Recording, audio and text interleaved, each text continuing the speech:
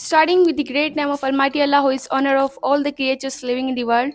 So today we have views on news in our Anglican on with the Anglicans. So today I'm not opening the program with the headlines.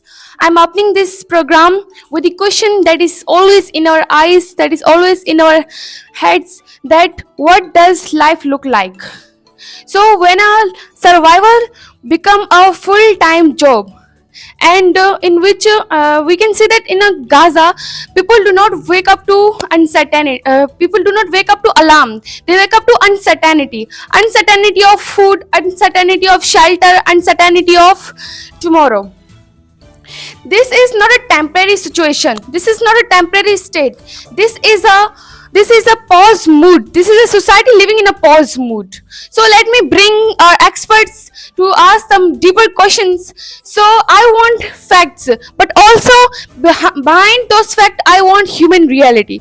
So first question to Miss Afsana is that what does it if Gaza situation is of about the poverty, and how does it affect the life of ordinary people?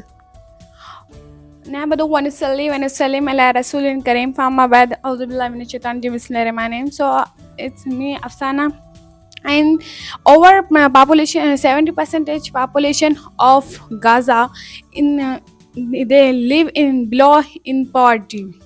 The families of Gaza, they struggle to meet basic needs like food, water, and medicine.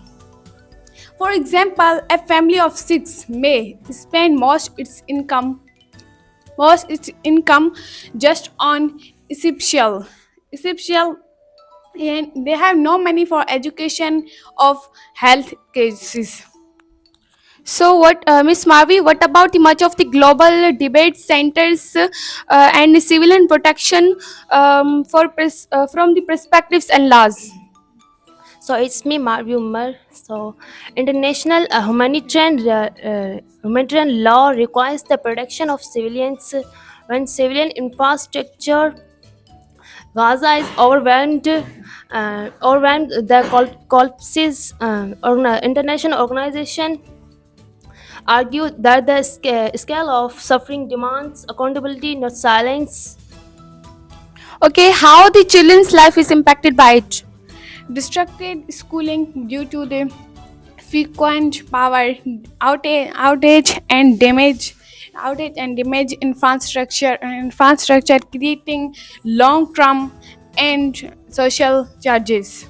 So, what we are witnessing today, it means that it is not a sudden, it is a legal one or moral one, or it is a unresolved history.